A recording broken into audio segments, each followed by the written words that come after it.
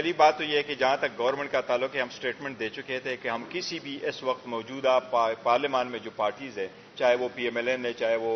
Peoples party ہے چاہے وہ ایم کیو ایم ہے ان کے ساتھ مل کے ہمارا کوئی ارادہ نہیں ہے کسی حکومت بنانے کا اور خان صاحب اعلان یہی کر چکے ہیں کہ we want to go for the fresh election وہ کب ہو رہا ہے کیسے ہمارا اسٹرگل ہو جاتا ہے دے ول کنٹینیو بٹ ہماری کسی کے ساتھ مل کے حکومت بنانے کا وہ نہیں ہے جہاں تک مولانا صاحب کے ساتھ تعلق ہے تو مولانا صاحب کے ساتھ ہماری بات چیت چل رہی ہے اور مولانا صاحب انشاءاللہ بہت جلد ان بورڈ آ جائیں گے اور ہمارے 2 پوائنٹ ایجنڈا ایک یہ کہ عدلیہ آزاد ہو اور دوسرے کہ الیکشن کبھی ریگ نہ ہو تو یہ سب کے لیے پورے ملک کے لیے